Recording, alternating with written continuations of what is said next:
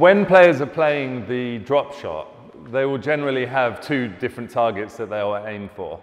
Now, when a ball is tight to the sidewall and they haven't got much of an angle, the target that they'll be looking for is to get the drop shot, hitting the front wall, the floor, and then running in tight to the sidewall. Now, the reason they would do that is to make sure that they're looking to tie the opponent down, limit their options. And generally, they won't be looking for a winner off that kind of shot. They'll be working the ball in to make sure that they can follow up, and they'll be looking for the next shot after that.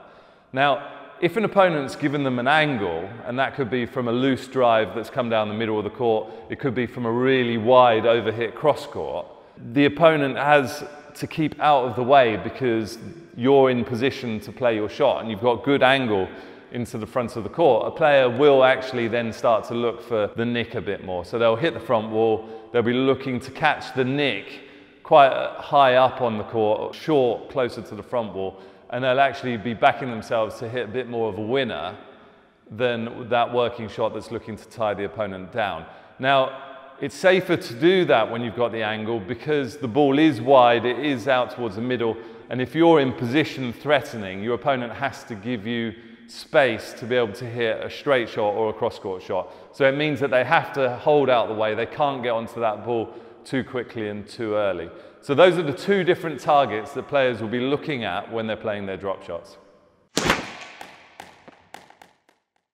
An important practice to use when you're looking to work on developing your drop shots from the back of the court, or any drop shot really, is actually being able to mess around with your racket face and the adaptability of your racket face.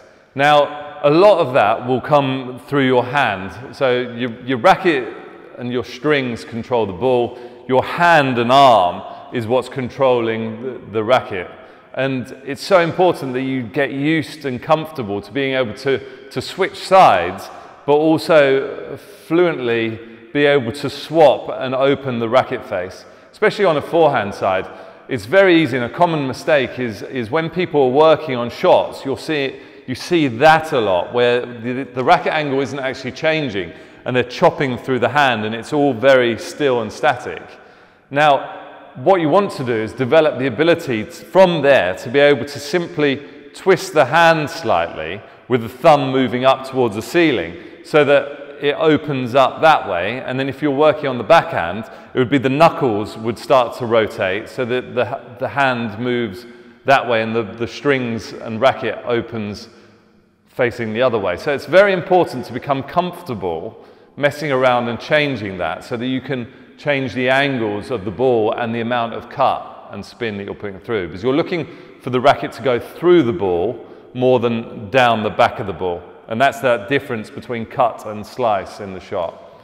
Now, a very simple practice, I'm hopefully going to make it look simple, is to hit the ball up onto the sidewall, quite easily giving yourself a bit of time, and then hitting forehand to backhand sides. So you're looking to give yourself a bit of time, you're moving your feet, and you're just working on changing and adapting the racket angle. And you just keep getting yourself into position, just making sure that you're constantly working on how your racket angle changes and adapts in the shot. It's a very simple skill, but you have to keep adapting your feet and you have to feel and understand what your hand is doing in the shot.